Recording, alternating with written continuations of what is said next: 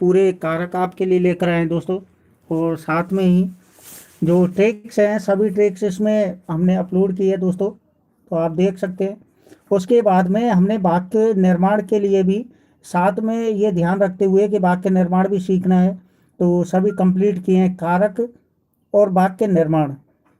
चलो अब शुरुआत कर लेते हैं दोस्तों। सबसे पहले हमारे टॉपिक है जो आज का बहुत ही अच्छा रहने वाला है, और जो हमारे चैनल पर दोस्तों लाइव देख रहे हैं वो लाइक ज़रूर करें और शेयर ज़रूर करें अपने अपने ग्रुपों में। बिल्कुल, चलो शुरुआत करते हैं दोस्तों। तो कारक प्रकरण की जो परिभाषा होगी, तो सूत्र उसका ये है, क्रियान्वयी कारकम। क्रियान्वयी कारकम कहने का मतलब है क्रिया के साथ जिसका प्रत्यक्ष संबंध हो उसे कारक कहते हैं। ये तो अपनी परिभाषा हो गई। अगर संस्कृत में परिभाषा की बात की जाए तो क्रियान्वयी कारकम ये संस्कृत की दोस्तों परिभाषा होगी, और क्रिया के साथ में जिसका प्रत्यक्ष में संबंध होता है उसे कहेंगे कारक। तो एक ही वीडियो में दोस्तों आपको बार बार कारक पढ़ने की ज़रूरत नहीं पड़ेगी, थोड़ा ध्यान से पढ़ने से, और बाद में नोट्स बना लेना इन कारकों का और लिख जरूर लेना। तो सबसे पहले देखते हैं, जैसे वाक्य आया आपका, राम है संस्कृत पढ़ता है, तो राम संस्कृत पढ़ता है, इसको बनाएंगे हम राम है संस्कृतम पठती। राम है संस्कृतम पठती, ये सीधा वाक्य बना दिया हमने। ये बिल्कुल सरल वाक्य है और आराम से बना दिया। थोड़ा टाइम नहीं लेंगे, थोड़ा जल्दी भी करना है दोस्तों, और क्लियरिटी भी रखनी है और समझना भी है आपको। चलो अगला देखते हैं। तो यहाँ राम और संस्कृत कारक हैं दोस्तों। तो पूरी मैंने व्याख्या भी एक्सप्लेन भी की है आपकी, और छोटी से छोटी बात को ध्यान में रखते हुए इस टॉपिक को लेकर के आए हूँ दोस्तों। तो देखिए, संस्कृत भाषा में 6 कारक होते हैं। अगर पूछा जाए कारक कितने हैं, तो संस्कृत भाषा में 6 कारक होंगे।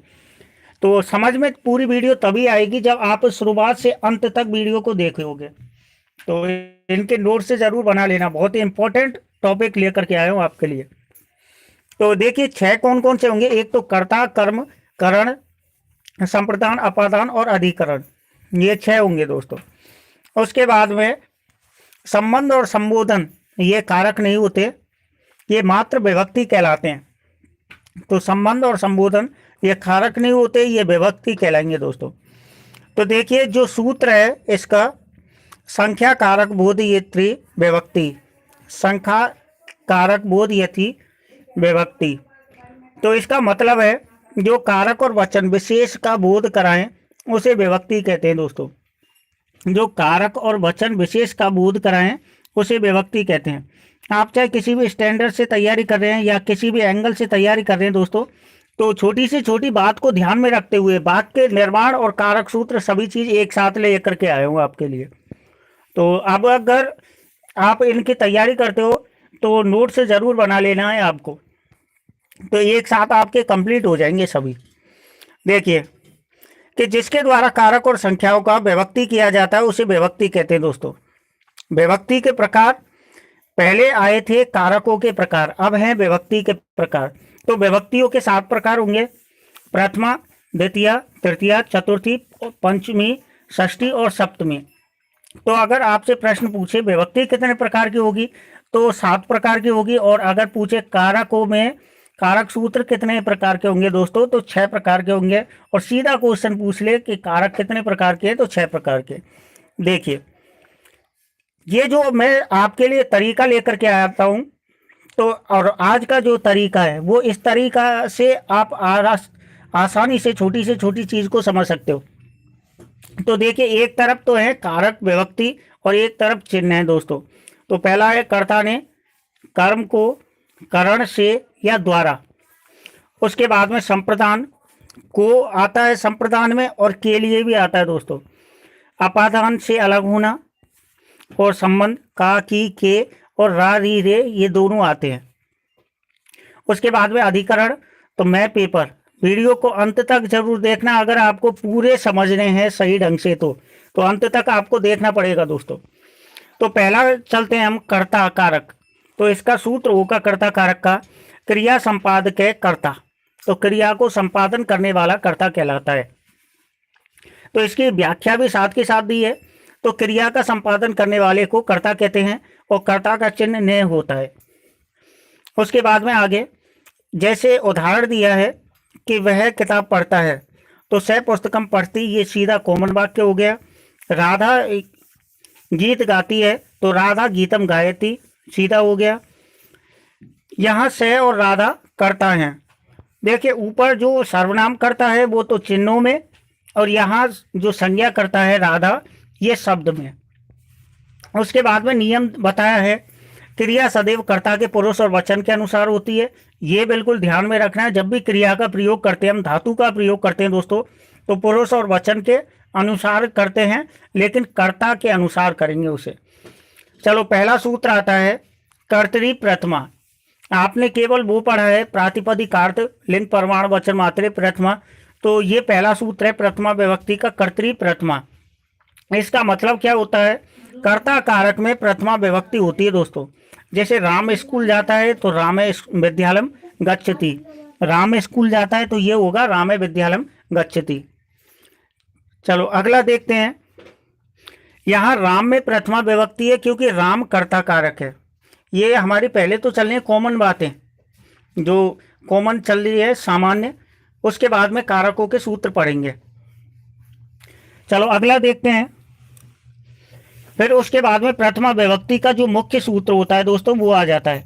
तो प्रथमा का मुख्य सूत्र है प्रातिपदिकार्थ मात्रे प्रथमा, तो इसमें ही जोड़ दिया जाता है लिंग परिमाण वचन मात्रे प्रथमा। तो ये मूल जो सूत्र है वो तो ये है दोस्तों, प्रातिपदिकार्थ मात्रे प्रथमा। अब इसकी व्याख्या है, एक्सप्लेन है, किसी भी शब्द का अर्थ मात्र प्रकट करने के लिए प्रथमा विभक्ति का प्रयोग करते हैं। तो इसमें आपको तीन चीज़ों का ज्ञान होगा, साथ के साथ कारक सूत्र भी सीखोगे आप, कारण विभक्ति भी सीखोगे, और वाक्य निर्माण भी सीखोगे, और ये भी सीखोगे चौथा चीज़ कि कारक का किस प्रकार से प्रयोग कर रहे हैं। तो वीडियो को अंत तक जरूर देखें ताकि आप सही ढंग से समझ सको दोस्तों। चलो देखिए, जैसे जन है, जन मतलब आदमी, और लोक मतलब संसार, फल का मतलब है फल, काके का मतलब है कुआ, तो ये सभी आते हैं इसमें प्रातिपदिक अर्थ मात्रे प्रथमा में। तो प्रथमा का मतलब तो यह है कि जब भी कोई लिंग या वचन का प्रयोग होता है, देखिए ये जितने शब्द हैं इनमें लिंग और वचन का प्रयोग हुआ है, तभी प्रथमा विभक्ति लगाइए। उसके बाद में प्रथमा विभक्ति का और भी सूत्र आता है दोस्तों, उक्ते कर्तरी प्रथमा। तो इसका मतलब क्या हुआ उक्ते कर्तरी प्रथमा का, देखिए कि कर्तवाच्य में, कर्तवाच्य का मतलब होता है जब कर्ता आए, जिसका संबंध किससे होगा, क्रिया से। तो जहाँ कर्ता पद कहा गया है, रहता है, वहाँ उसमें प्रथमा विभक्ति होती है। तो रहता है का मतलब जैसे वाक्य आ गया कोई भी, तो उसमें रहता के अनुसार वो क्या है, धातु, तो कर्ता का प्रयोग होगा। जैसे देखिए राम घर जाता है तो राम है गृहम गच्छति, ये सीधा बढ़ गया। अब उसके बाद में प्रथमा और संबोधन को एक ही विभक्ति माना जाता है, और संबोधन का सूत्र होगा संबोधने च। तो इसकी व्याख्या है दोस्तों, संबोधन में भी प्रथमा विभक्ति होती है, तो ये ध्यान रखना है, प्रथमा विभक्ति और संबोधन विभक्ति दोनों समान होती हैं। जैसे देखिए संबोधन अगर विभक्ति लगा दी जाए तो संबोधक सूचक चिन्ह आएगा, हे राम, यहाँ आओ, हे राम है, और अत्र आगच्छ, तो ये वाक्य बन गया। अब देखिए राम में प्रथमा विभक्ति है, अब प्रथमा विभक्ति की पहचान कैसे करेंगे, या तो राम के रूपों की प्रथमा विभक्ति देख ले, रामे रामो रामा, या फिर कोई भी चिन्ह नहीं लगा हुआ है तो वहां प्रथमा विभक्ति को मानते हैं, और संबोधक सूचक चिन्ह लगा हुआ है तो संबोधन विभक्ति मानेंगे, जबकि प्रथमा और संबोधन तो दोनों एक ही होती है। चलो अगला सूत्र है दोस्तों, अव्यय योगे प्रथमा। अगर किसी भी अव्यय का प्रयोग होता है तो उसके योग में प्रथमा विभक्ति मानी जाती है दोस्तों। जब कोई अव्यय का प्रयोग होगा तो उसके योग में प्रथमा विभक्ति मानी जाएगी, ये ध्यान रखना है आपको। जैसे उच्चे या फिर और कोई अव्यय, जैसे यहाँ देखिए मोहन कहाँ है, तो मोहन है कुत्र अस्ति, मोहन कहाँ है तो मोहन है कुत्र अस्ति, यहाँ पर अव्यय आया दोस्तों कुत्र, तो इसमें विभक्ति का प्रयोग किया गया है। मोहन कहाँ है तो यहाँ विभक्ति का प्रयोग किया गया है, कुत्र अव्यय आया है। दोस्तों लाइक जरूर कर दें वीडियो को, और अपने अपने जितने भी ग्रुप हैं, व्हाट्सएप ग्रुप या फेसबुक ग्रुप, सभी पर शेयर जरूर करें दोस्तों। देखिए आपके लिए हम बहुत ही मेहनत से वीडियो लेकर के आते हैं, बहुत ही अच्छा टॉपिक लेकर के आते हैं, ताकि आप एक ही बार में कंप्लीट कर लें। तो एक ही घंटे में आपके सभी ये कंप्लीट हो जाएंगे, ये निश्चिंत रहें बिल्कुल। चलो अगला चलते हैं। यहाँ मोहन करता नहीं है, फिर भी कुत्र अव्यय होने के कारण मोहन में प्रथमा विभक्ति का प्रयोग किया गया है। देखिए यहाँ मोहन तो करता है नहीं, लेकिन फिर भी प्रथमा विभक्ति का प्रयोग किया गया है दोस्तों इसमें। उसके बाद में उक्ते कर्मणि प्रथमा। आप आज इतने सूत्र देखोगे कि आप अंदाजा नहीं लगा सकते कि इसमें भी कौन सी विभक्ति हो सकती है, इसमें कैसे विभक्ति हो सकती है। तो सभी सूत्रों को विस्तार से आप पढ़ सकते हो, आराम से पढ़ सकते हो, एक घंटे में आराम से कंप्लीटली हो जाएंगे अपने ये टॉपिक।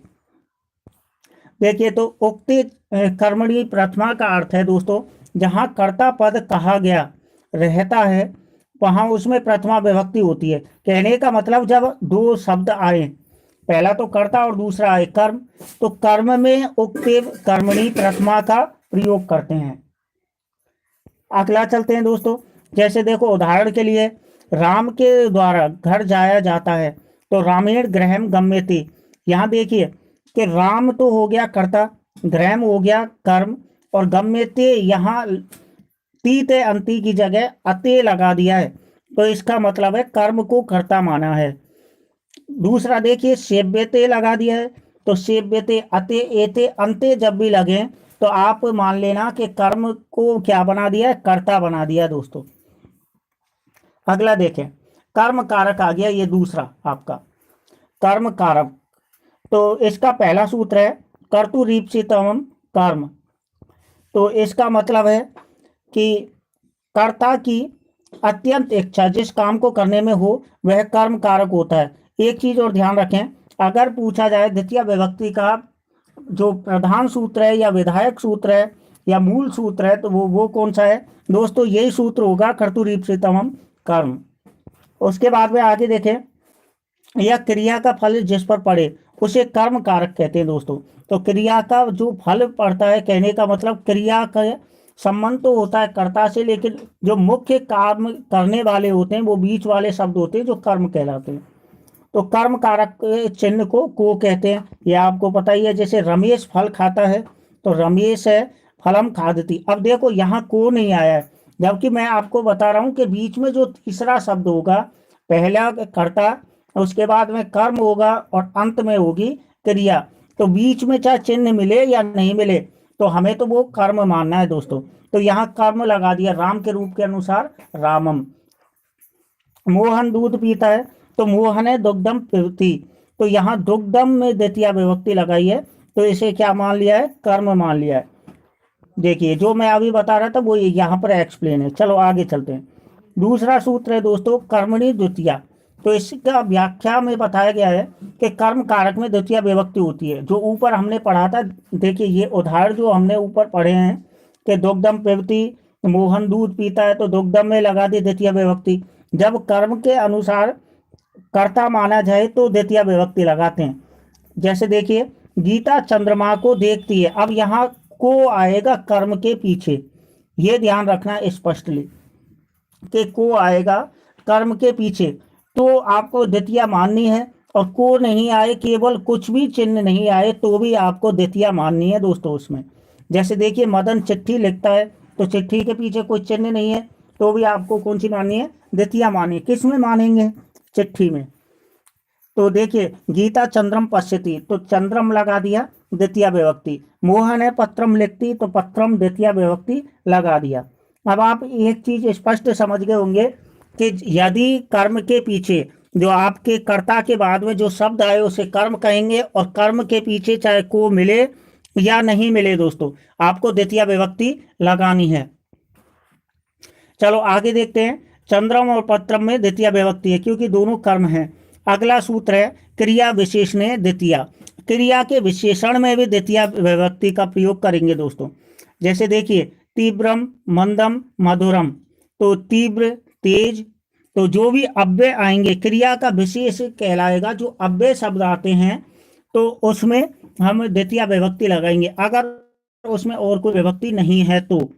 अब देखिए जैसे बादल धीरे धीरे गरजते हैं तो धीरे धीरे क्या कहलाएंगे, विशेष बन जाएंगे ये। और विशेष और विशेष से मैंने टॉपिक कराया है आपको, और जिन्होंने नहीं देखा है वो देख लेना। तो विशेष और विशेष से पूरा टॉपिक कंप्लीटली करा दिया है। और आपको बता दो विशेष वो कहलाएंगे दोस्तों जो गुण दोष विशेषता और रंग, ये कहलाते हैं विशेष। चलो उसके बाद में आगे देखते हैं। तो जैसे मेघा मंदम मंदम, अब यहाँ मंदम मंदम में लगा दिया है द्वितीय विभक्ति को, मंदम मंदम धीरे धीरे। प्रकाश मधुर गाता है, तो यहाँ मधुर बन गया विशेष, तो प्रकाश है मधुरम गायति। जल्दी जाता है तो यहाँ शीघ्रम गच्छति, शीघ्र क्या है, विशेष बन गया दोस्तों। तो यहाँ विशेष हो गए ये, तो विशेष में क्या लगाएंगे हम, द्वितीय विभक्ति। अगला सूत्र है अवितय प्रत्यय सर्वतः समयानिक्षा प्रति संयोगे अपि द्वितीया। तो अवृतय प्रत्यय, अवतय प्रत्यय और सर्वतः समयानिक्षा, इनके योग में भी द्वितीया लगाते। अब इनका अर्थ देखें, उभयतय और अवतय, इसका अर्थ है दोनों ओर। परितय मतलब चारों ओर, सर्वतः मतलब सभी ओर, समया का मतलब है पास या निकट या समीप, और निक्षा का अर्थ भी पास समीप और निकट होगा दोस्तों। प्रति का अर्थ होगा कि ओर या केवल ओर। तो अगर ये शब्द आपको मिलते हैं तो द्वितीय विभक्ति लगाते हैं। अब देखिए कारण विभक्ति की बात करें तो कारण विभक्ति, तो ये जो शब्द हैं इनको ही कारण विभक्ति मानेंगे दोस्तों। कहीं पर भी अगर ये मिलते हैं तो इनको ही क्या मान लेंगे, कारण विभक्ति मान लेंगे। जैसे देखिए गांव के दोनों ओर पर्वत हैं, तो गांव के दोनों ओर हैं तो ग्रामम अवितय पर्वता संति, तो गांव के दोनों ओर पर्वत हैं। यहाँ अवतय के योग में द्वितीय लगा दिया। जैसे विद्यालय के चारों ओर नदी है तो विद्यालय में प्रत्यय नदी अस्ति, तो यहाँ विद्यालय में लगा दिया प्रत्यय के योग में द्वितीय विभक्ति। जैसे घर के सब ओर वृक्ष हैं, तो सब ओर आ गया तो हमने द्वितीय विभक्ति का प्रयोग कर दिया, गृहम सर्वतः वृक्षा संति। चलो तो जो कारण विभक्ति बनेंगे वो यही बनेंगे दोस्तों। तो ऐसी और भी उदाहरण हैं, बहुत सारे उदाहरण हैं, लेकिन थोड़ा फास्ट करते हैं, आगे चलते हैं। अगला सूत्र है दोस्तों आपका कालाध्वय नोरत्यंत संयोगे द्वितीय। तो कालवाचक और मार्गवाचक जब भी कोई शब्द आए तो वहां पर द्वितीय विभक्ति का प्रयोग करना है दोस्तों। तो देखिए लेकिन उसमें क्रिया का अत्यावश्यकता होना जरूरी है। जैसे कोस भर नदी टेढ़ी है, ये उदाहरण बहुत ही फेमस है दोस्तों, बार बार में घूम फिर करके पूछा जाता है। तो क्रोसम कुटिला नदी, तो यहाँ पर देखिए थोड़ा सा ऊपर देख लेते हैं कालवाचक और मार्गवाचक में। तो यहाँ पर कोस भर, ये तो मार्गवाचक हो गया, तो कोस भर के लिए द्वितीय विभक्ति का प्रयोग किया है, क्रोसम द्वितीय विभक्ति, रामम। अगला उदाहरण है मैं महीने भर व्याकरण पढ़ा, तो लगातार कार्य हो रहा है, लेकिन यहाँ पर मार्गवाचक और कालवाचक समयवाचक अगर पाया जाए तो द्वितीय लगेगी। तो महीने भर पढ़ा दोस्तों, तो यहाँ आ गया आपका समयवाचक कालवाचक। तो अहम मासम व्याकरणम अपठम, तो अहम मासम यहाँ द्वितीय विभक्ति का प्रयोग किया गया है। अगला है दोस्तों जो मैं आपको शब्द बताऊंगा, ये जो सूत्र में शब्द आ रहे हैं वही कारण विभक्ति बनेंगे। तो कारण जब भी पूछा जाए विभक्ति का तो वही शब्द रहेंगे। जैसे बिना योग द्वितीय, तो बिना के योग में द्वितीय विभक्ति होगी, ये कारण बनेगा बिना। जैसे उदाहरण देखें, परिश्रम के बिना विद्या नहीं होती, तो परिश्रमम बिना के योग में द्वितीय लगा दी, परिश्रमम। बिना का सीधा लिख दिया बिना, और विद्या ना भवती, तो यहाँ देखिए द्वितीय विभक्ति लग गई। और ये जो उदाहरण मैं लेकर आया हूँ आपके, ये बिल्कुल सेलेक्टेड उदाहरण है दोस्तों, ऐसे उदाहरण हैं जो बार बार में एग्जाम में पूछे जाते हैं। चलो अगला देखें, धनम बिना लाभ, धन के बिना लाभ नहीं होता है, तो धनम बिना लाभम ना भवती, तो ये आपके हो गए उदाहरण। अगला है दोस्तों करण कारक, और ये जो सूत्र लेकर आया हूँ ये वही सूत्र है जो बार बार में एग्जाम में पूछे जाते हैं। करण कारक, साधक तमम करण, तो इसमें ध्यान रखेंगे क्रिया को करने में यदि किसी वस्तु की सहायता ली जाती है तो हम उस वस्तु में तृतीया विभक्ति लगाएंगे दोस्तों। और करण का तो चिन्ह से और द्वारा होता है। जैसे राम ने रावण को तीर से मारा, है ना। तो अब यहाँ देखेंगे राम है रावण है, रावणम वाणेन हतवान, तो जिस वस्तु की सहायता कार्य करने के लिए ली जाती है उस वस्तु में दोस्तों हमें तृतीया विभक्ति लगा देनी है। तो रामे रावणे, रामे रावणम, वाणीन हतवान, तो इसमें हमने लगा दी तृतीय विभक्ति। जैसे देखिए वह मुख से बोलता है, स मुखीन वदती, तो जिस वस्तु की सहायता ली जाती है कार्य करने के लिए उसमें तृतीय विभक्ति लगेगी। तो मुख की सहायता ली जा रही है कार्य करने के लिए, इसमें क्या लगेगा दोस्तों, तृतीय विभक्ति लग जाएगी। तो देखिए यहाँ एक्सप्लेन भी बताया है, जब मारने का अर्थ होगा, जब मारने का अर्थ होगा दोस्तों, तो यहाँ पर तीर और बोलना ये मुख्य सहायता ली गई है, तो इसलिए यहाँ पर लगेगी दोस्तों आपकी तृतीय विभक्ति। अगला देखें दोस्तों, शेयर जरूर कर दें, अपने जितने भी ग्रुप हैं, जितने भी व्हाट्सएप ग्रुप हैं, फेसबुक ग्रुप हैं, सभी पर शेयर कर दें दोस्तों। कंप्लीटली आपकी वीडियो लेकर के आया हूं मैं, तो शेयर जरूर कर दें। चलो अगला देखें।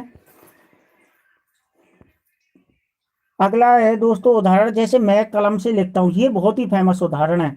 मैं कलम से लिखता हूँ, तो जब कलम से लिख रहा है तो कलम के योग में तृतीया विभक्ति लगेगी, अहम कलमेन लिखामी।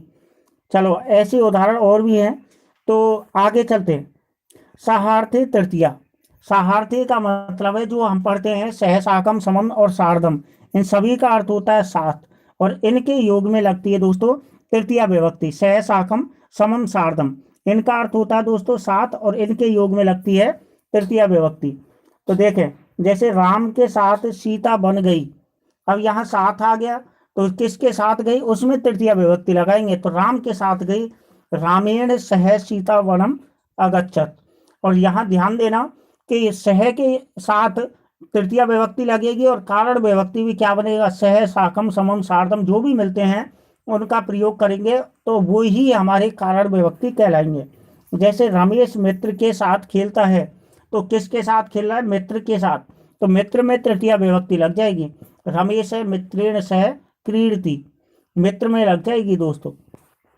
अगला है जैसे मैं सीता के साथ जाता हूँ, इनके सभी के आप नोट्स बना लेना, और जितने उदाहरण हैं ये सभी सेलेक्टेड उदाहरण है दोस्तों, जो बार बार में एग्जाम में घूम फिर करके पूछे जाते हैं, उन्हीं उदाहरणों को मैं लेकर के आया हूँ, और इनको कंप्लीटली आप याद कर लेना। देखिए मैं सीता के साथ जाता हूँ, तो अहम सीताया, सीतिया, ये स्टार इसलिए लगाया है क्योंकि स्त्रीलिंग है यहाँ पर। देखिए ऊपर देखना आप, मित्रेण सह, तो मित्र के साथ, ये तो पुल्लिंग है, सीता है स्त्रीलिंग, और जब स्त्रीलिंग तृतीया विभक्ति एक वचन बनाते हैं तो सीतिया बनेगा। जैसे भाषा को बनाएंगे भाषिया, रमा को बनाएंगे रमिया, तो सार्धम। अगला सूत्र है दोस्तों अपवर्गीय तृतीया। अपवर्गीय तृतीया में देखें कार्य की समाप्ति या फल प्राप्ति के अर्थ में जब कालवाचक और मार्गवाचक शब्द मिले तो अपवर्गीय से तृतीया। थोड़ा सा रिपीट कर रहा हूं मैं, जब कालवाचक और मार्गवाचक शब्द मिले, लेकिन कब मिले, जब फल की समाप्ति हो, कोई भी कार्य की समाप्ति हो तब मिले तो हम तृतीया लगाएंगे। जबकि कालवाचक और मार्गवाचक में तो लगाते हैं द्वितीय विभक्ति, किस सूत्र से, कालाद्वय नोरत्यंत संयोग से। लेकिन वहां कब लगाते हैं दोस्तों, दोनों की तुलना कर रहा हूं, वहां तब लगाते हैं जब लगातार या निरंतर कार्य होना पाया जाए, लेकिन यहाँ कार्य समाप्ति होनी पाई जाए तो तृतीया लगाएंगे। देखिए वह एक वर्ष में व्याकरण पढ़ लिया, या उसने एक वर्ष में व्याकरण पढ़ लिया, तो स वर्षेण व्याकरणम अपठत, तो कालवाचक है, यहाँ पर समय बता रहा है, एक वर्ष में व्याकरण पढ़ लिया, और कालवाचक तो है लेकिन कार्य को पूर्ण कर लिया दोस्तों, इसलिए यहाँ पर तृतीया। लेकिन अगर कार्य को पूर्ण नहीं करता तो द्वितीया लगेगा। दोबारा एक बार रिपीट और कर रहा हूं, देखिए अपवर्गीय से तृतीया का मतलब है कालवाचक और मार्गवाचक तो शब्द आएंगे, लेकिन साथ में ये ध्यान रखना अगर कालवाचक आए या मार्गवाचक आए और कार्य की समाप्ति पाई जाए तो तृतीया लगाएंगे, और कालवाचक और मार्गवाचक में निरंतरता पाई जाए, लगातार कार्य हो रहा है, तो दोस्तों द्वितीय विभक्ति लगाएंगे। जैसे देखिए वह एक वर्ष में व्याकरण पढ़ लिया, या अगला उदाहरण देखें, मैंने 3 कोश में कहानी कह दी, तो अहम क्रोश त्रियेण कथाम अकथयत, यहाँ कार्य की पूरी समाप्ति हो रही है, तो इसलिए कालवाचक और मार्गवाचक में जब काल की समाप्ति होगी कार्य की तो तृतीया विभक्ति लगेगी। अगला सूत्र है दोस्तों हेतु। हेतु तृतीया। तो ध्यान रखेंगे हेतु या कारण का अर्थ होने पर तृतीया विभक्ति लगाएंगे दोस्तों। हेतु या कारण का होने पर जब कोई भी कारण आए तो वहां पर तृतीया विभक्ति लगाएंगे। वह कष्ट से रोता है तो सह कष्टेन रोदती। वह किससे रो रहा है? कष्ट से रो रहा है तो सह कष्टेन रोदती, इसलिए यहाँ पर तृतीया विभक्ति लगाएंगे। कहने का मतलब है जब कोई कारण मिले तो यहाँ कारण है कि कष्ट हो रहा है उसे। जैसे लड़का हर्ष से हंसता है या प्रसन्नता से हंसता है तो यहाँ पर उसका अर्थ स्पष्ट हो रहा है कि कारण है उसे प्रसन्नता है, इसलिए तृतीया लगाएंगे। बालक है हर्षेण हस्ती। इन सभी उदाहरणों को लिख लेना दोस्तों, सभी सूत्रों का नोट्स बना लेना है। देखिए अगला सूत्र है ऊन वारण प्रयोजनार्थेषु तृतीया। तो इसमें ध्यान रखेंगे ऊन का अर्थ है हीन, वारण का अर्थ है निषेध और प्रयोजनार्थम शब्दों में तृतीया विभक्ति होती है। तो कहने का मतलब है जो कारण बनेंगे तुम्हारे वो यही बनेंगे। तो सूत्र आपका रहा ऊन वारण प्रयोजनार्थेषु तृतीया। तो ऊन का अर्थ है हीन, वारण का अर्थ है निषेध, तो प्रयोजन के अर्थ में ये आएंगे शब्द और इनमें तृतीया विभक्ति का प्रयोग करना है दोस्तों। जैसे उदाहरण देखिए एक कम एकेन हीन। दूसरा है कलह मत करो कलहेन अलम। तो ये जो शब्द है ना थोड़ा सा ऊपर देखें, इसको पूरा एक्सप्लेन करके समझाता हूँ आपको। ऊनहीन और वारण निषेध, इसका मतलब है कि आपको प्रयोजन का अर्थ होगा और उसमें हीनता या फिर मना करने के रूप में ये शब्द मिलेंगे। जैसे हीन शब्द आ गया एक कम, तो एकेन हीन कम के अर्थ में। कलह मत करो तो अलम के अर्थ में, तो कलहेन अलम। राम के समान तो रामेण तुल्य। तो ये शब्द मिलेंगे इस सूत्र में।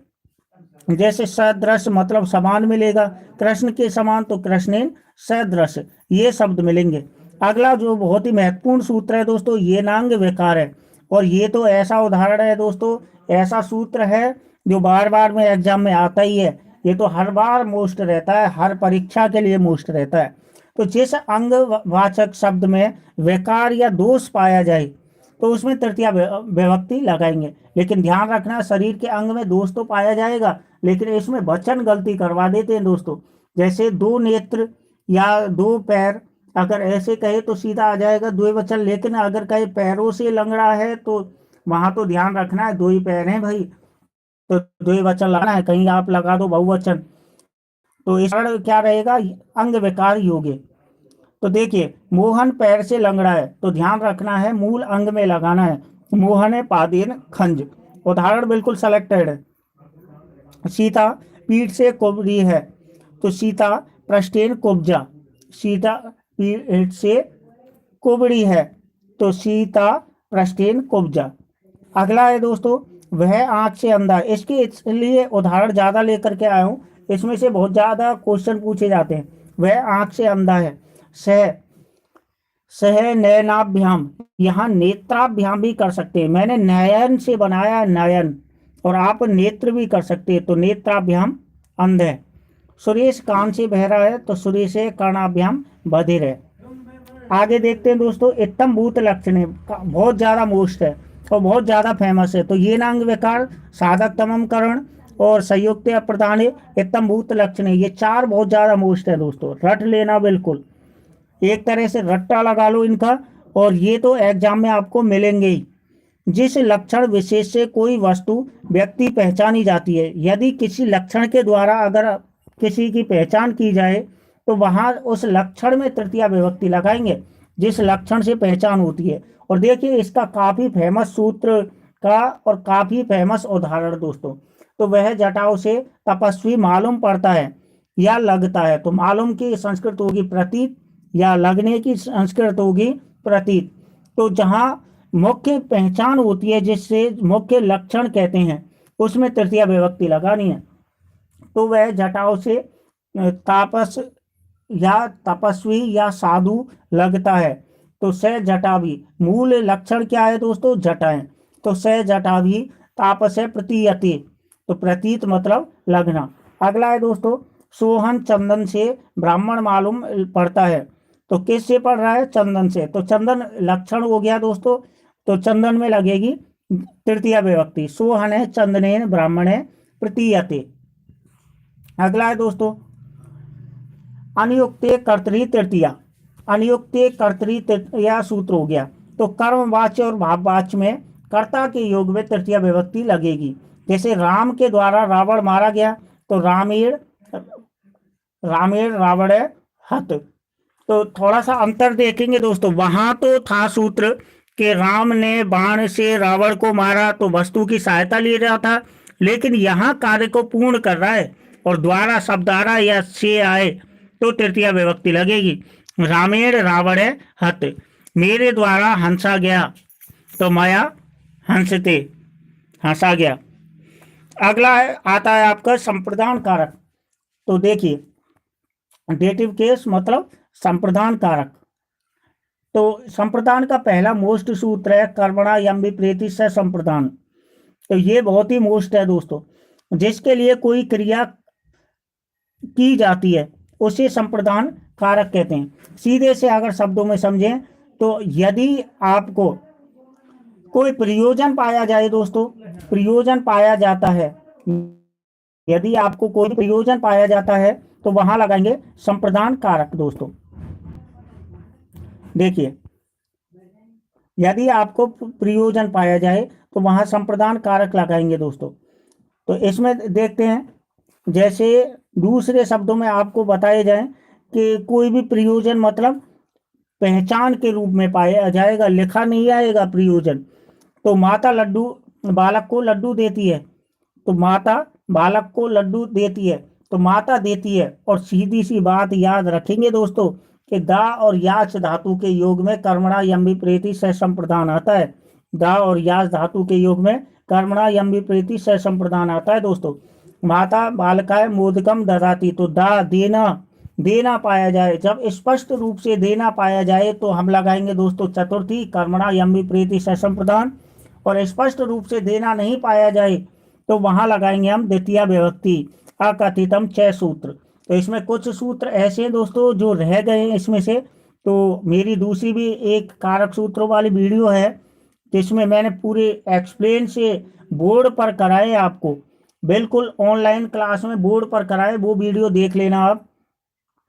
तो देखिए राजा ब्राह्मण को वस्त्र देता, ये प्रत्यक्ष रूप में देना पाया जाएगा तो वहां चतुर्थी विभक्ति लगेगी। तो राजा विप्राय वस्त्रम ददाति, और जिसके लिए दिया जाता है उसमें लगाएंगे दोस्तों चतुर्थी विभक्ति। अगला सूत्र है संप्रदान चतुर्थी। तो इसमें जैसे संप्रदान के रूप आए, जैसे मैं 10 बजे स्कूल जाता हूं, तो अहम 10 वादने विद्यालय गच्छामि। तो इसमें संप्रदान का रूप आ रहा है। तो 10 बजे मतलब समय अगर बताए आपको कि इतने बजे जाता हूं, इतने बजे ये कार्य करता हूं, तो चतुर्थी लगेगी। जैसे राम सुबह में 5 बजे उठता है, तो राम प्रातः काले पंचवादने उत्तिष्ठति। अगला है सूत्र आपका निर्धारणे सप्तमी। निर्धारणे सप्तमी, तो इसमें दोस्तों सप्तमी विभक्ति का प्रयोग होगा निर्धारण के रूप में, सप्तमी विभक्ति का प्रयोग हो जाएगा। जैसे देखिए कवियों में कालिदास श्रेष्ठ है, कवियों में कालिदास श्रेष्ठ है, तो यहाँ यतस्य च निर्धारणम भी आता है दोस्तों। थोड़ा सा आगे की बात करते हैं जो आपकी स्लाइड रह गई थी। देखिए ये अंग विकार में आपकी एक महत्वपूर्ण बात रह गई थी कि अंग विकार के योग में यहाँ पर आप कारण क्या देंगे, तो दोनों कारण दे सकते हो दोस्तों अंग विकार के योग में, और एक दे सकते हो आप दोस्तों इसमें येनांग विकार योगे, ये भी कारण दे सकते हो। चलो आगे चलते हैं। उसके बाद में देखिए दोस्तों आगे चलते हैं संप्रदान पर। कर्मणा यम विप्रेति से संप्रदान हो गया, और यहाँ संप्रदान पाया जाएगा जब समयवाचक होगा। तो संप्रदान प्रवीण पंडित, इनके योग में सप्तमी विभक्ति होगी। कौशल निपुण पंडित और प्रवीण के योग में सप्तमी विभक्ति होगी। जब ये शब्द आएंगे तो देखिए मेरा दोस्त गाड़ी चलाने में कुशल है, तो इनमें कौन सी लगेगी, सप्तमी विभक्ति। मम मित्र वाहन चालने कुशल है। उसके बाद में कृष्ण वंशी बजाने में प्रवीण है, तो प्रवीण आ गया। श्री कृष्ण है, वंशी वादने सप्तमी विभक्ति आ गई। तो जिस कार्य को करने में प्रवीण है या जिस कार्य को करने में कुशल है उसमें लगाएंगे दोस्तों सप्तमी विभक्ति। उसके बाद में अर्जुन धनुर्विद्या में निपुण है, तो अर्जुन किस विद्या में निपुण है दोस्तों? धनुर्विद्या में। तो इसमें निपुण शब्द आ रहा है तो सप्तमी विभक्ति लगेगी। देखिए बाकी के कारक सूत्र थे ना, वो तो मैंने सभी पूरे पहले ऑनलाइन क्लास में आपको करा दिए थे, कंप्लीटली करा दिए थे दोस्तों। और जिन्होंने नहीं देखे वो वीडियो देख लेना। और जो महत्वपूर्ण रह गए थे उसमें, जो आपने पढ़े भी नहीं और आ जाते हैं एग्जाम में, उनको लेकर के आया हूँ। और कुछ मोस्ट जो सूत्र हैं उनको भी इसमें साथ में लेकर के आया हूँ दोस्तों। अगला देखें, मेरी पत्नी खाना बनाने में कुशल है, तो कुशल शब्द आ गया तो उसके योग में सप्तमी विभक्ति होगी। मम भार्या भोजनस्य पाचने कुशला। अगला है दोस्तों, मोहन शास्त्र का पंडित है, तो यहाँ पंडित के योग में सप्तमी विभक्ति होगी। मोहन है शास्त्रे पंडित है अस्ति। अब बात करते हैं कारण विभक्ति क्या बनेंगे दोस्तों, तो यही शब्द कारण विभक्ति बन जाएंगे। देखिए कुशल, निपुण, प्रवीण, पंडित, इनके योग में तो कैसे करेंगे? कुशल योगे, निपुण योगे, प्रवीण योगे, पंडित योगे, सप्तमी विभक्ति। आगे चलते हैं, आगे देखें, अभिलाषानुराग स्नेह आसक्ति योगे। तो इसमें ये शब्द हैं अभिलाषा, अनुराग, स्नेह और आसक्ति के योग में दोस्तों सप्तमी विभक्ति लगाई जाती है। अभिलाषा, अनुराग, स्नेह और शक्ति के योग में दोस्तों सप्तमी विभक्ति लगाई जाती है। बिल्कुल सर, पंचमी विभक्ति और षष्ठी विभक्ति भी करा दो। पंचमी और षष्ठी विभक्ति भी करा दो। बिल्कुल पंचमी और षष्ठी विभक्ति। देखिए ये जो सूत्र लेकर के आया हूँ ये ऐसे सूत्र हैं जो बार बार में एग्जाम में आ जाते हैं, लेकिन आपने पढ़े नहीं है दोस्तों, इसलिए इन सूत्रों को लेकर के आया हूँ मैं पहले। तो वैसे सारे कंप्लीट मैंने पहले भी करा दी थी, आप वीडियो देख सकते हो, दूसरी कारक सूत्रों वाली डाल रखी है मैंने, तो आप देख लेना उस कारक सूत्रों की वीडियो को, उसमें पूरी डिटेल दी है और सभी विभक्ति कंप्लीटली कराई है दोस्तों उसमें। पंचमी में परेशानी आती है। चलो अगर आपको और परेशानी आई तो और एक वीडियो लेकर के आएंगे। देखिए तो ये तो वो शब्द हैं जो आपने पहले पढ़े भी नहीं होंगे, लेकिन आ जाते हैं। सप्तमी में इतने सूत्र नहीं थे। हाँ बिल्कुल, सप्तमी में पहले नहीं पढ़े होंगे आपने इतने सूत्र। चलो आगे देखते हैं दोस्तों। अभिलाषा, स्नेह और अनुराग, आसक्ति के योग में सप्तमी विभक्ति होती है दोस्तों। तो जैसे बालकस्य आम्र फले अभिलाष है, तो बालक आम के फल की अभिलाषा करता है, तो जिसकी अभिलाषा करेगा उसमें सप्तमी। मम संस्कृत आसक्ति, जिसकी आसक्ति होगी उसमें सप्तमी लगेगी दोस्तों। धैनो वत्से स्नेह, तो स्नेह के योग में सप्तमी विभक्ति, और जिससे स्नेह होगा तो वत्स मतलब पुत्र से स्नेह है तो सप्तमी लगेगी। जैसे देखिए अनुराग के योग में लगेगी सप्तमी। देखिए जब हम राजा के रूप चलाते हैं तो राज्ञी बनेगा सप्तमी विभक्ति में दोस्तों, तो प्रजा नाम राज्ञी अनुराग है। चलो षष्ठी विभक्ति, टेंशन में आ गए थे। अरे नहीं, स्लाइड थोड़ी ऊपर नीचे हो गई थी, ये ऐसी नहीं, विभक्तियाँ तो सारी हैं, स्लाइड ऊपर नीचे हो गई थी। और बाकी अगर और एक्सप्लेन चाहिए, पूरा डिटेल चाहिए आपको, तो एक और वीडियो मैंने डाल रखी पहले, कारक सूत्रों की पूरी बोर्ड पर कराई हुई वीडियो है वो मेरी। तो मैंने ये नोट से नहीं कराए थे, उसमें बोर्ड पर कराई हुई वीडियो है, वो देख लेना आप। बिल्कुल षष्ठी विभक्ति आ गई, तो बिल्कुल देखते रहो आप, तो निश्चिंत होकर के देखते रहो और नोट्स बनाते रहो। तो अभी अगर आप समझ रहे हो तो बाद में नोट्स बना लेना। चलो कोई दिक्कत नहीं, बार बार में एक ही चैट मत करो। चलो अगला देखें, षष्ठी शेषे। तो इसमें देखिए कारक और शब्दों को छोड़कर अन्य संबंध शेष कहलाते हैं। तो कारक और शब्दों को छोड़ करके अन्य संबंध सभी शेष कहलाते हैं दोस्तों। तो संबंध कारक में षष्ठी विभक्ति होती है। जैसे देखिए राजा का महल, तो राजा और महल दोनों का संबंध हो गया दोस्तों। तो महल किसका, राजा का, तो संबंध हो गया। तो नरपश्य भवनम, तो षष्ठी विभक्ति लगेगी। और जिसका संबंध है उसमें लगानी है दोस्तों। जैसे देखिए राम का पुत्र, तो राम और पुत्र दोनों में संबंध हो गया। ये वो संबंध नहीं है जैसे भाई बहन पिता पुत्री, तो ऐसे नहीं है। जिससे संबंध होता है उसमें षष्ठी लगाएंगे, रामस्य पुत्र। अगला देखिए षष्ठी हेतु प्रयोग है। अब इसमें हेतु अगर आपको मिलता है तो वहां षष्ठी विभक्ति होगी। और षष्ठी विभक्ति के योग में आपको कारक में जो भी कारण लिखें तो वहां हेतु को ही लिखेंगे दोस्तों। देखिए, और हेतु का मतलब कारण होता है, वह अन्य के लिए रहता है। तो हम अगर इसी वाक्य को कहें कि अन्य के हेतु रहता है तो एक ही बात होगी। तो यहाँ अन्य से हेतु वसति, तो षष्ठी विभक्ति लगाएंगे जिसके लिए वो रहेगा। आगे देखिए, इनका हिंदी अर्थ नहीं लेकर आया हूँ, केवल उदाहरण है। तो अल्पस्य हेतुर बहुर हातुर्मिच्छति,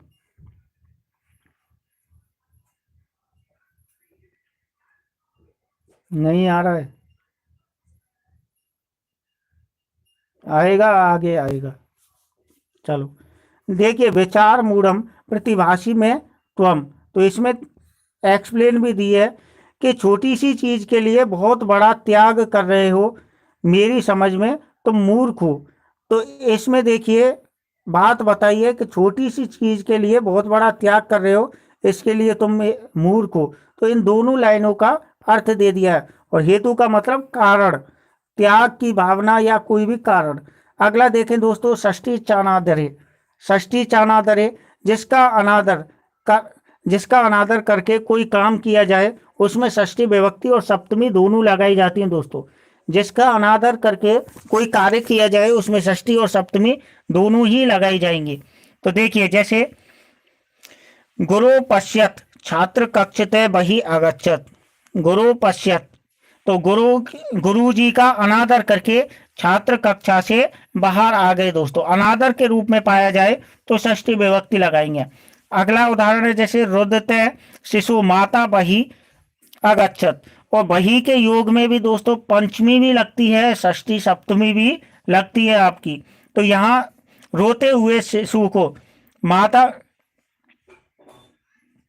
चलो आगे आएगी, कोई दिक्कत नहीं, ये उदाहरण पढ़ो आप।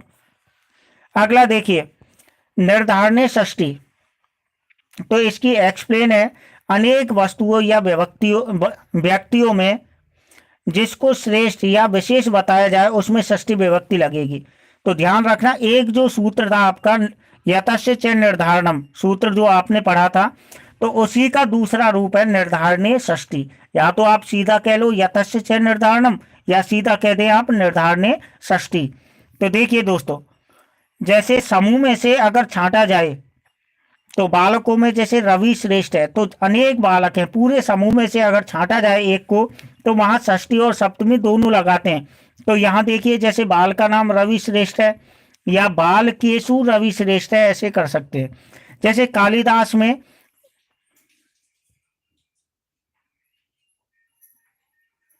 चलो आगे आएगी और आगे आएगी वो। जैसे कालिदास की बात की जाए कि कवियों में कालिदास श्रेष्ठ है, तो कवि तो बहुत सारे पूरे समूह में से छांटे जा रहे हैं, तो कवियों में कालिदास श्रेष्ठ है। तो यहाँ षष्ठी भी लगा सकते हैं हम, कवि नाम भी कर सकते हैं और कविसु भी कर सकते हैं।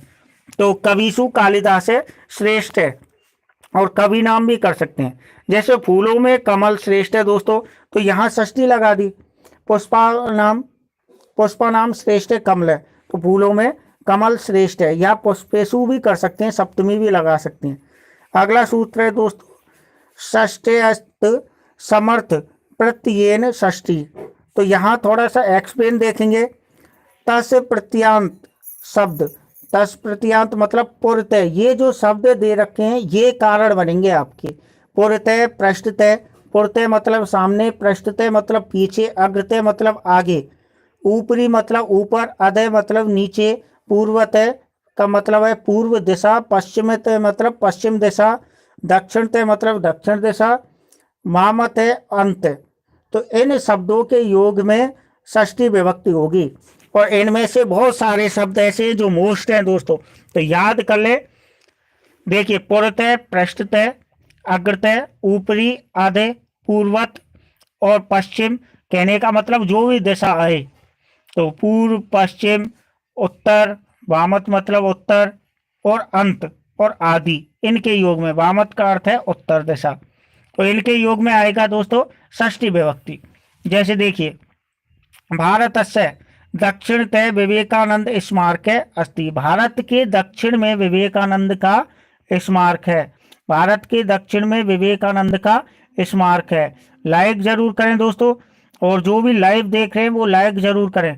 देखिए, आप वीडियो देख रहे होंगे तो आपको नीचे, जिस वीडियो को आप लाइव देख रहे हैं उसके नीचे देखें आप, उसके नीचे एक और वीडियो आ रही है कारक सूत्रों वाली, जिसमें साइलेंट क्लास है लेकिन बिल्कुल सूत्रों को कंप्लीटली कराया है उसमें, तो बिल्कुल ध्यान से देखते चलें आप। तो चलो अगला देखें। जैसे भारतस्य उत्तरते हिमालय विराजते। भारत के उत्तर दिशा में हिमालय विराजमान है। तो इन शब्दों का सभी का प्रयोग होगा। तो दिशाएं आ रही हैं, जैसे भूमि अधे जल अस्ति, भूमि के नीचे जल है। अधे मतलब नीचे, नीचे और ऊपर के योग में आएगा तो क्या आएगा, षष्ठी विभक्ति लगानी है उसमें। अगला देखें, जैसे सैनिकस्य वामते नेता। सैनिकस्य वामते नेता, सैनिक के उत्तर में नेता है। अगला है दोस्तों, पर्वतस्य पुरते मेघा गर्जन्ति। पर्वत के सामने बादल गरजते हैं। तो पुरते शब्द आ गया। उसके बाद में फलस्य अन्ते बीजानी संति। तो अन्ते मतलब अंदर, फल के अंदर बीज है। अन्ते का अर्थ है अंदर, तो फल के अंदर बीज है। अगला है दोस्तों, कर्त कर्मणो कृति। तो इसमें देखिए,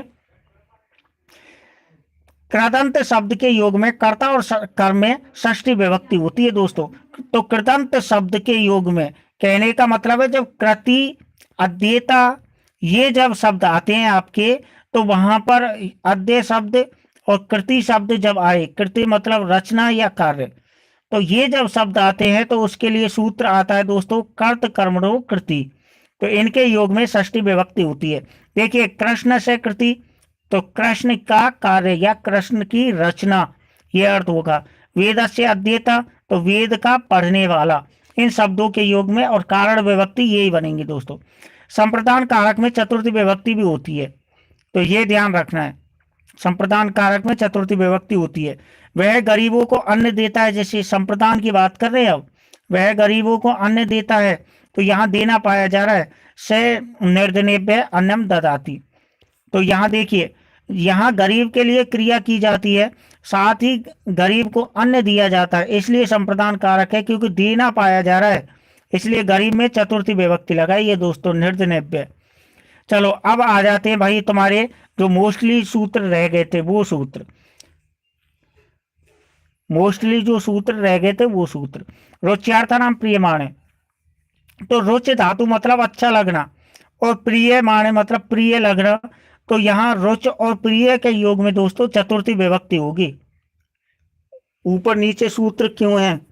तो ऊपर नीचे सूत्र इसलिए हैं, कुछ जो सूत्र पहले कराने थे जो आपने नहीं पढ़े थे, जो पहले वीडियो में भी नहीं थे, वो ऊपर लेकर के आया था।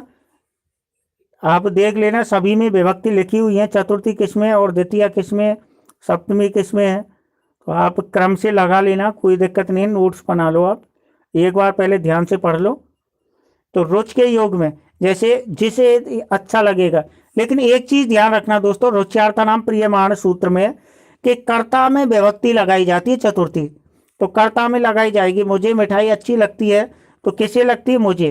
तो यहाँ देखिए, मुझे में चतुर्थी लगाई, तो मह्यम मिष्टानम रोचते, तो मुझे लगती है। गणेश को लड्डू पसंद है, तो गणेश में विभक्ति लगेंगी, क्योंकि पसंद अच्छा लगना पाया जा रहा है। गणेशाय मोदकम रोचते। हरि को भक्ति अच्छी लगती है, तो हरि में लगा देंगे, हरिये भक्ति रोचते। अगला सूत्र है दोस्तों, नमे स्वस्ति स्वाहा स्वधा अलम वसट के योग में यहाँ पर चतुर्थी विभक्ति लगाते हैं। तो ये शब्द रट लेना बिल्कुल। ये जो दो सूत्र हैं, रुच्यार्थानाम प्रियमाण, और एक ये जो शब्द आ रहे हैं आपके, नमे मतलब प्रणाम, स्वस्ति मतलब कल्याण, और स्वाहा और स्वधा का मतलब है समर्पित, अलम का मतलब है पर्याप्त, और अलम के योग में तृतीया भी होती है मना करने के योग में। तो ये रट्टा मार लो बिल्कुल। इनके योग में चतुर्थी विभक्ति और कारण विभक्ति यही रहेंगे दोस्तों। जैसे सरस्वती को प्रणाम तो सरस्वती नमः, शिव को नमस्कार तो शिवाय नमः, लोगों का कल्याण हो तो जनेभ्य स्वस्ति। आगे जैसे गणेश को समर्पित तो गणेशाय स्वाहा। ये वो उदाहरण है जो बार बार में एग्जाम में पूछे जाते हैं। पितरों को समर्पित तो पितृभ्य स्वस्ति। जैसे राम रावण के लिए पर्याप्त है तो राम है रावणाय अलम, और पर्याप्त और समर्थ के योग में अलम लगाते हैं लेकिन चतुर्थी विभक्ति लगाते हैं। चलो आगे देखते हैं। ये जो सूत्र है अब जो आपके सामने आ रहा है, बिल्कुल इस पर स्टार लगा लें दोस्तों, मोस्ट लगा लें इस सूत्र को। क्रुद्ध द्रुहिर्ष्या सुयानार्थानाम यम प्रतीकूप है। तो ये जो शब्द दे रखे हैं ये बिल्कुल मोस्टली है, रट्टा मार लेना एक तरह से। जिन सूत्रों को मैं बता रहा हूं इनका तो रट्टा मार लो, लगा लो बिल्कुल स्टार। क्रोध, ध्रुव, ईर्ष्या, असूय, इन शब्दों के योग में चतुर्थी विभक्ति लगाते हैं। क्रोध का मतलब है क्रोध करना, ध्रुव का मतलब द्रोह या विद्रोह करना, ईर्ष्या का मतलब ईर्ष्या करना, असूय का मतलब है निंदा करना। तो देखिए मालिक नौकर पर क्रोध करता है तो जिस पर क्रोध किया जाएगा उसमें चतुर्थी लगाएंगे। स्वामी भृत्याय क्रोध्यति, स्वामी भृत्याय क्रोध्यति, तो मालिक किस पर कर रहा है दोस्तों? मालिक क्रोध करता है, स्वामी क्रोध करता है, मालिक क्रोध कर रहा है, तो इसमें किस पर कर रहा है? नौकर पर, तो नौकर में लगा लेंगे दोस्तों चतुर्थी विभक्ति। अगला देखें, जैसे वे लोग रमेश से द्रोह करते हैं, तो किससे करते हैं? रमेश से। वे लोग रमेश से द्रोह करते हैं, तो रमेश से कर रहे हैं दोस्तों, इसलिए किस में लगाएंगे विभक्ति? रमेश में। ते रमेशाय द्रोयंती या आशुयंती या ईष्यंती, कुछ भी लगा सकते हैं। अब चलते हैं अपादान कारक, और अपादान तो दोस्तों वही सूत्र है इसमें जो मोस्टली है, केवल मोस्ट सूत्र है इसमें। तो ध्रुवम पाए अपादान, यदि अलग होना पाया जाए, सीधी सी भाषा में समझें, यदि अलग होना पाया जाए दोस्तों तो ध्रुवम पाए अपादान सूत्र का प्रयोग करेंगे। यदि अलग होना पाया जाएगा तो ध्रुवम पाए अपादान का प्रयोग करेंगे दोस्तों। जैसे देखिए अपादान का चिन्ह होता है अलग होना, और से के रूप में, जैसे वह घर से आता है तो घर से बाहर चला गया, अलग हो गया, तो से ग्रहात आगच्छति, और जिससे अलग होगा उसमें पंचमी लगेगी। जैसे पेड़ से पत्ते गिरते हैं, ऐसे उदाहरण पर स्टार लगा लें दोस्तों, ये बहुत ज़्यादा पूछा जाता है। तो वृक्ष से अलग हुआ है पत्ता तो वृक्षात पत्राणि पतंती। तो यहाँ एक्सप्लेन भी दी है, ग्रहात और वृक्षात अपादान कारक हैं क्योंकि ये दोनों निश्चित स्थान है, इनके क्रम में व्यक्ति और वस्तु अलग हो रहे हैं, इसलिए यहाँ पर अपादान है। अगला है दोस्तों अपादान है पंचमी, तो यहाँ पर अपादान में तब पंचमी पाई जाएगी जब अलग होना पाया जाएगा। देखिए अंतर है दोनों में, और सूत्र का आप तो केवल इसका ही प्रयोग करेंगे दोस्तों, ध्रुवम पाए अपादान का, है ना। अभी जो पढ़ा है ध्रुवम पाए अपादान का, इसका ही प्रयोग करना है आपको। अपादाने पंचमी इसका प्रयोग मत करना, दोनों सेम है बिल्कुल। चलो ये छोड़ देते हैं, अगला सूत्र चलते हैं, बहिर्योगे पंचमी। तो ये बिल्कुल स्टार लगा लो इस पर। वही शब्द के योग में, वही और रिते शब्द के योग में, रिते का अर्थ होता है बिना, वही का अर्थ होता है बाहर, इनके योग में पंचमी विभक्ति लगाते हैं दोस्तों। तो वही के योग में, जैसे देखिए घर के बाहर बगीचा है, तो घर के बाहर आ जाए या घर से बाहर आ जाए एक ही बात है। तो ग्रहात वही वाटिका अस्ति, घर से बाहर क्या है? बगीचा है दोस्तों। ग्रहात वही वाटिका अस्ति, घर से बाहर बगीचा है। अगला है दोस्तों स ग्रहात बहिर्गत, तो वह घर से बाहर चला गया दोस्तों। तो ये जब अलग हो गया, चला गया बाहर, तो यहाँ क्या लगेगा? पंचमी विभक्ति लगेगी। ठीक है, आगे चलते हैं। तो ऋते के योग में, अभी मैं बता रहा था आपको, ऋते के योग में पंचमी विभक्ति लगाएंगे, ऋते के योग में पंचमी विभक्ति। तो ऋते का अर्थ होता है बिना, और बिना शब्द आए, केवल बिना शब्द, और तो द्वितीय विभक्ति लगाएंगे। और ऋते का अर्थ होता है बिना, और जब ऋते का प्रयोग करते हैं तो इसका भी अर्थ बिना होगा, तो इसमें द्वितीय विभक्ति लगाएंगे। देखिए ज्ञानात ऋते न मुक्ति, ज्ञान के बिना मुक्ति नहीं है। तो ज्ञानात ऋतेना मुक्ति, तो ज्ञान के बिना मुक्ति नहीं है, ये ध्यान रखेंगे। अगला है कृष्णात ऋतेना सुखम, कृष्ण के बिना सुख नहीं है। कृष्णात ऋतेना सुखम, कृष्ण के बिना सुख नहीं है। अब आ जाता है भीतरार्थनम भयेतु, बिल्कुल स्टार लगा ले, मोस्ट लगा लें इसे दोस्तों। तो भी माने डरना, त्रा माने बचाना, और रक्षा करना रक्ष धातु के योग में। तो इसमें जो त्रा है इसी में ही बन जाता है रक्ष धातु। तो ध्यान रखना, भी और त्रा या रक्ष धातु, इनके योग में पंचमी विभक्ति होती है दोस्तों। और जिससे डरता है उसमें लगाएंगे, और जिससे बचाया जाता है या रक्षा की जाती है उसमें पंचमी लगाते हैं दोस्तों। और बिल्कुल मोस्ट लगा ले, रट्टा मार लें इसका। तो देखिए, मोहन सांप से डरता है, तो मोहन है सर्पात विवेती, देखिए स्टार लगाया हुआ है, क्योंकि जिससे डरेगा उसमें पंचमी लगेगी। तो सांप से डर रहा है तो सर्प पर स्टार लगा दिया है कि सर्प से डर रहा है। आगे देखिए, गुरु शिष्य, गुरु शिष्य को पाप से बचाता है। तो किसको बचाता है दोस्तों? शिष्य को बचाता है, लेकिन किससे? पाप से। जिससे बचाएंगे उसमें लगानी है विभक्ति। तो गुरु शिष्यम पापात त्रायते। अगला है दोस्तों आख्यातोप योगे, पंचमी के सभी महत्वपूर्ण सूत्र लेकर के आया हूं पंचमी विभक्ति के। आप कह रहे थे चैट बॉक्स में सर पंचमी नहीं करा रहे हो क्या? तो पंचमी के भैया कराएंगे, लेकिन मोस्टली जो सूत्र हैं वो लास्ट में डाल दिए थे। वो थोड़ी स्लाइड भी चेंज हो गई थी, तो इसलिए थोड़ा आपके बीच में डिस्टर्ब हो गया, तो आप थोड़ी सी देर में परेशान हो जाते हो बस। तो कोई दिक्कत नहीं है, सभी करा रहे हैं। लाइक जरूर कर दें दोस्तों। और आज की जो क्लास है, इस क्लास में से पूरा नोट्स बनाने आपको और सभी याद कर लेने दोस्तों। और अपने अपने जितने व्हाट्सएप या फेसबुक ग्रुप है सभी पर शेयर कर देना, आपके दोस्त भी ताकि देख सकें। तो आख्या तो योगे में बता दें आपको, जब गुरु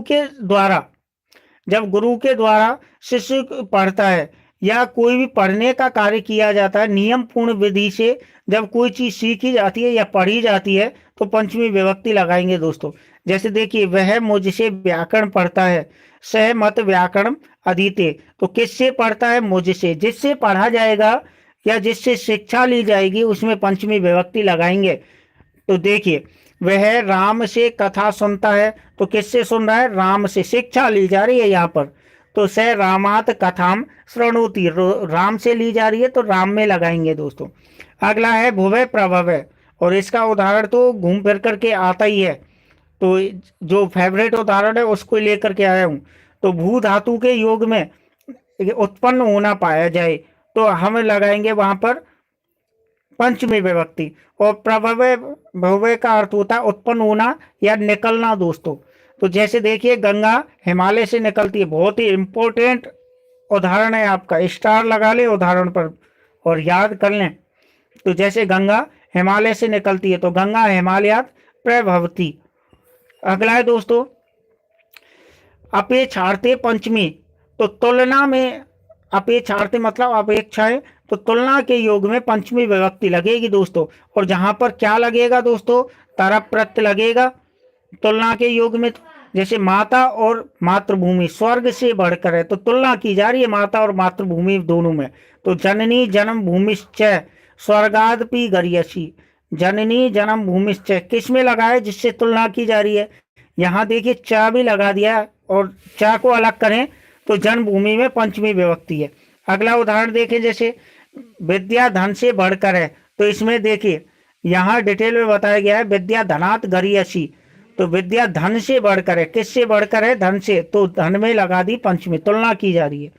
अगला सूत्र है पर पूर्व योगे पंचमी। पर शब्द, पर का अर्थ होता है बाद में होने वाला, और पूर्व का मतलब है पहले होने वाला। तो कारण विभक्ति क्या बनेंगे? पर और पूर्व। पर पूर्व के अर्थ में पंचमी विभक्ति लगेगी दोस्तों। जैसे देखिए, चैत्र वैशाखात पूर्व, तो चैत से वैशाख पहले होता है, तो ये बात बताइए। या फिर जो पूर्व के योग में या पहले के योग में या बाद के योग में बताएं। जैसे वैशाख के बाद चैत है, तो यहाँ चैत में लगा दिया। तो इस तरीका से पहले और बाद के अर्थ में पर और पूर्व में हम पंचमी विभक्ति का प्रयोग करेंगे। अब आ जाता है दोस्तों अधिकरण कारक। तो अधिकरण में सप्तमी विभक्ति का एक सूत्र है, तो आधारो अधिकरणम। इसमें देखें दोस्तों, जब आधार, एक शब्द समझ लें इसमें ध्यान से, कि आधार का मतलब तो ये है कि जब कोई भी आपसे पूछे सप्तमी विभक्ति प्रकार कितने होंगे दोस्तों, सप्तमी विभक्ति के ये पूछ लिया जाता है तो 3 प्रकार होंगे, है ना, औपश्लेषिक, वैशेषिक, तो ये 3 प्रकार होंगे दोस्तों। लेकिन अगर पूछ लिया जाए आधार कारक कौन सा है, तो सप्तमी विभक्ति होगी आधार कारक।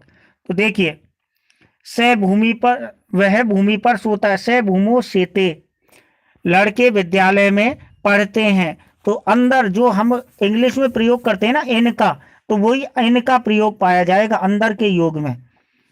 तो देखिए, लड़के विद्यालय में पढ़ते हैं, तो बालका विद्यालय पठंती, मैं नदी में तैरता हूं, अहम नद्याम तरामी, तो अंदर के रूप में अर्थ पाया जाएगा, सप्तमी विभक्ति लगेगी, अंदर के रूप में अर्थ पाया जाएगा दोस्तों, तो लगेगी सप्तमी विभक्ति। अगला देखिए, अधिकरणे सप्तमी, तो अधिकरण सप्तमी कह लो, या फिर अभी जो हमने कराया था आपका सूत्र, तो आधा, ये कह लो, एक ही बात है, दोनों का प्रयोग एक ही है। तो चलो आगे चलते हैं। इसके बाद में आ जाते हैं आपके, देखिए ये सूत्र आपके कंप्लीट हो गए, और यहाँ आपके लिए निर्देश दिया गया है कि संस्कृत भाषा या शुभकामनाएं दोस्तों, कि संस्कृत भाषा की आपके सभी के लिए शुभकामनाएं। तो ये थे आपके दोस्तों आज के कारक सूत्र, और सभी अपने अपने ग्रुपों में शेयर जरूर करें दोस्तों, व्हाट्सएप ग्रुप या फेसबुक ग्रुप पर शेयर करें, और जिन्होंने चैनल को सब्सक्राइब नहीं किया है दोस्तों, चैनल को सब्सक्राइब कर लें, लाइक जरूर करें दोस्तों। और आपको कोई और भी टॉपिक चाहिए तो हमारी वीडियो सभी अपलोड है, आप कोई भी टॉपिक देख सकते हो। कारक सूत्र वाली एक और वीडियो मैंने अपलोड कर रखी है, उसमें डिटेल से बताया दोस्तों, आप आराम से आसानी से उसमें पढ़ सकते हैं। थैंक यू दोस्तों।